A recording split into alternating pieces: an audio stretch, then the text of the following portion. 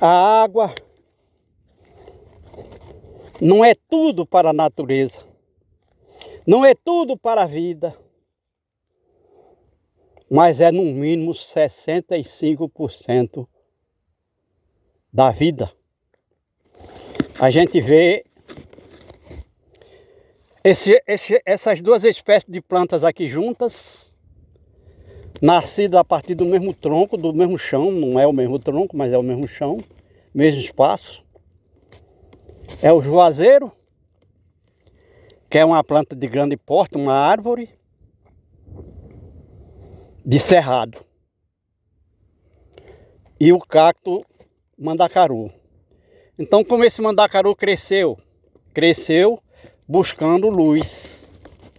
Ou seja, a copa da árvore faz uma grande sombra aqui, quando ela está enfolhada. E é bom a gente acrescentar que não são apenas 3 plantas nascendo do mesmo espaço. Tem também a quixabeira, que é também uma árvore de grande porte. E a gente sabe que a quixabeira, a madeira da quixabeira, embora seja muito dura, ela é cheia de nós,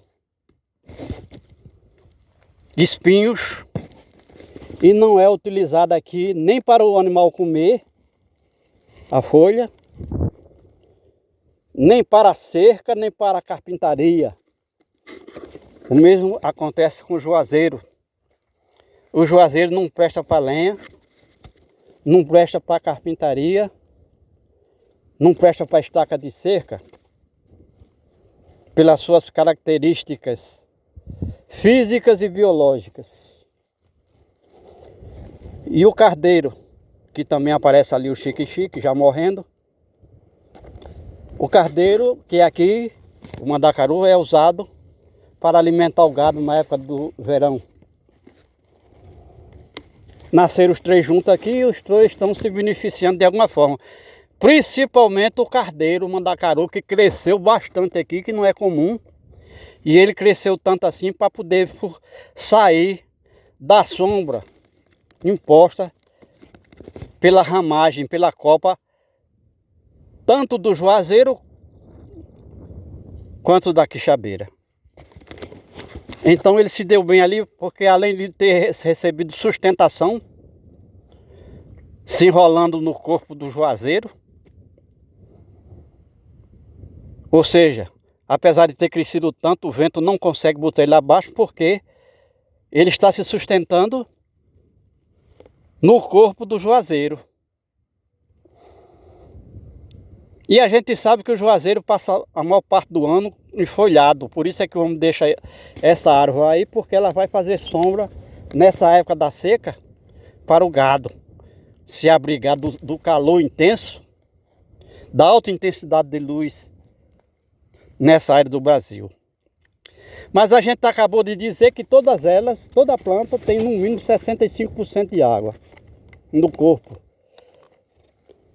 Quer dizer, 1 metro cúbico de massa vegetal viva tem 650 litros de água. E todas as plantas tiram água do chão molhado, úmido, por intermédio das raízes.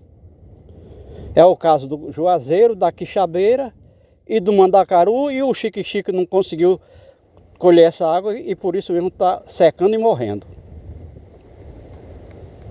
Então a gente diz que a água não é tudo, mas é no mínimo 65%. O fato de 1 metro cúbico de massa vegetal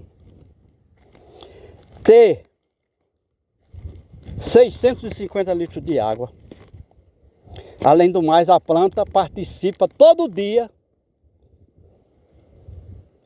Ela utiliza 10 litros de água por dia por metro cúbico de massa vegetal para o seu metabolismo, e a planta é ser vivo e tem seu processo metabólico, que é feito com água, a seiva principalmente, mas também metade dessa água, ou seja, 5 litros de água por dia, é para ela, a planta, fazer uma troca, uma permuta com água da atmosfera, no caso a umidade do ar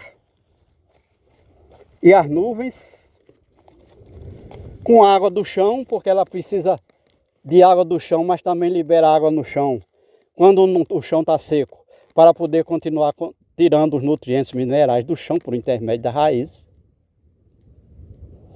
Então nós repetimos que a planta tem 1 metro cúbico de massa vegetal, tem 650 litros de água no seu corpo, além dos 10 litros de água por metro cúbico de massa vegetal por dia que o vegetal necessita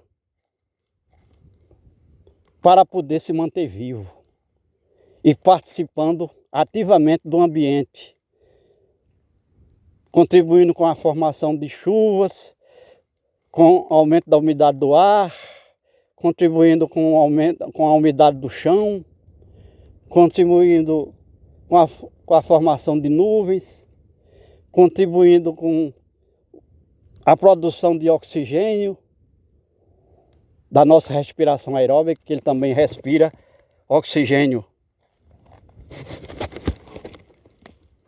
O vegetal também precisa de oxigênio, não só para ter energia suficiente no corpo, para todas essas atividades que a gente está falando aqui sobre a permuta de água com todos os elementos ao redor, inclusive com outras plantas, mas também o vegetal à noite, na ausência de luz solar, ele respira também oxigênio. É o que nós chamamos de respiração aeróbia ou aeróbica. Então nós começamos aqui mostrando a finalidade da água, a importância da água nas plantas, a sua composição. Mostramos como é que a planta coleta essa água, como é que a planta participa do ambiente onde está com a água do seu corpo. E nós estamos vendo essa planta que nasceu na beira de um riacho. A gente chama de riacho porque na realidade aqui, na época da chuva, pode passar água corrente. E por isso que foi criada essa calha. É uma baixada. Toda a água dos altos acima de uma chuva de 60 milímetros em 24 horas, 80% da água vai escorrer para cá, que é a água que não fica nem nas plantas, que já não existe ali. Foi tudo devorado pelas atividades do homem, e fica também no solo. Esse solo que é um solo arenoso, montado em cima de lajedos impermeáveis. Então a água que não fica presa, a água da chuva que não fica presa aí na terra, nos altos, escorre para cá. Poderíamos dizer que durante o ano, com oferta de chuvas de 500 milímetros para cima, esse riacho, durante os 5 meses, ele tem pelo menos 30 dias com água corrente no seu leito, várias vezes. É intermitente, ou seja, durante a chuva e até umas 48 horas depois da chuva, tem água corrente aqui. E no verão, seco, como nós estamos aqui, zero. Então em 2025, embora tenha chovido aqui 450 milímetros, aqui não passou nenhuma água corrente nesse riacho.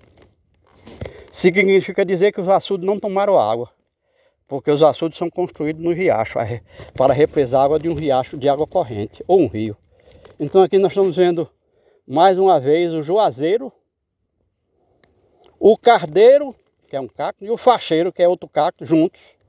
E aqui o xique-xique morrendo, que é outro cacto. Está provando que para o xique-xique a vida aqui não está nada boa. Está faltando tudo. E se não tem o que o ser vivo precisa para viver, ele morre. Ele desaparece. E aqui nós vamos mostrar que realmente essa calha nesse riacho foi escavada pela água da chuva ao longo de milhares de anos. É uma baixada no próprio terreno, no relevo, e a água escorre por gravidade, a água que não fica presa nas plantas, lá no alto, não fica presa no chão, e escorre para cá e é água corrente. E aí foi que o homem construiu seus açudes, que hoje no Rio Grande do Norte está trazendo tristeza pela a ineficiência do processo de se construir um açude, uma barragem, um barreiro no chão a céu aberto para captar e armazenar água da chuva. É algo absolutamente injustificável com o novo clima, principalmente aqui no Rio Grande do Norte. E o resultado é um desastre de consequências espetaculares nunca visto. Porque embora a oferta de chuva ainda seja muito alta, porque 400 milímetros de chuva é 400 litros de água por metro quadrado, só que isso acontece durante mais de 100 dias, chuvas de baixas precipitações, mas principalmente por conta do aquecimento global que está em andamento e bebe toda a água do solo, dos rios, dos açudes, dos corpos de animais, dos vegetais. Então hoje o homem tem que pensar já agora numa forma inteligente de captar e armazenar água da chuva, porque o açude, o barreiro, a barragem não dá certo, não vai dar certo, porque o clima já não permite esse tipo de obra para captar e armazenar água da chuva com segurança. Então seria loteria, hoje já é loteria. Os açudes, reservatórios do Rio Grande do Norte estão com menos de 50% de sua reserva. E como a gente diz, choveu em média 450 milímetros no Rio Grande do Norte.